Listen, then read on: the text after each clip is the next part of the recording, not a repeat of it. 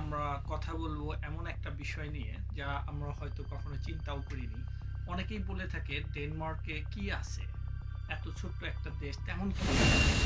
আজকে আমরা দেখব আসলেও আইটি বা টেকনোলজিতে তাদের কিছু অবদানের কথা।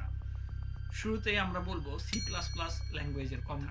আমরা যারা কম্পিউটার সায়েন্সে পড়েছি কিংবা কম্পিউটার প্রোগ্রামিং সম্পর্কে কোনো ধারণা রাখি তারা নিশ্চয়ই জানেন সি প্লাস প্লাস একটা গুরুত্বপূর্ণ ল্যাঙ্গুয়েজ। ১৯৭৯ সালে ড্যানিশ বিজ্ঞানী বিয়ার্নে স্টোস্ট্রুপ সি প্লাস প্লাস ল্যাঙ্গুয়েজ তৈরি করেছিলেন। এটি কেবল একটা প্রোগ্রামিং ল্যাঙ্গুয়েজ নয়, এটা আধুনিক সফটওয়্যারের একটা মেরুদণ্ড বলা যেতে পারে। আপনার পিসির উইন্ডোজ থেকে শুরু করে গুগলের ক্রোম ব্রাউজার পর্যন্ত, এমনকি নাসার রকেট, সবকিছুই এই সি প্লাস প্লাস এর উপর দাঁড়িয়ে আছে।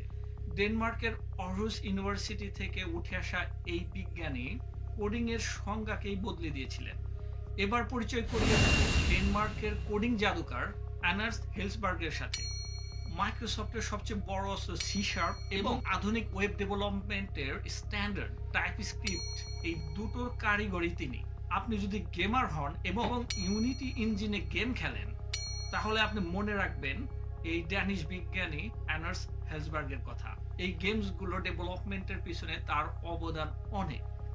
এখন দেখি ইন্টারনেটের ৭৫% ওয়েবসাইট কোন ল্যাঙ্গুয়েজে বানানো আপনি কি জানেন? এটা হচ্ছে পিএইচপি। আর এই পিএইচপি তৈরি করেছেন ড্যানিশ নাগরিক রাসমুস লারডর্ফ। ফেসবুক থেকে উইকিপিডিয়া, সবগুলো ওয়েবসাইটই এই পিএইচপির উপর দাঁড়িয়ে আছে।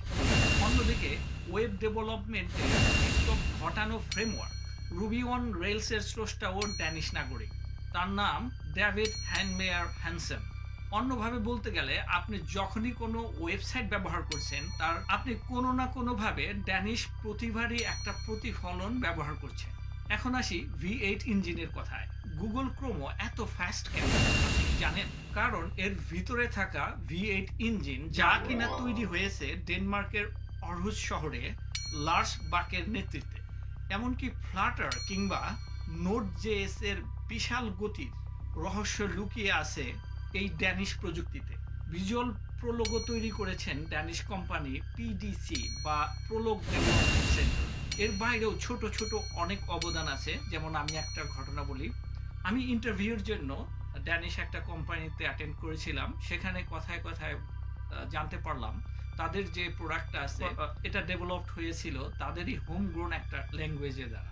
সো আমার মনে হয় এরকম অনেক ইনোভেশন আছে যা পাবলিকলি অ্যাভেলেবল না।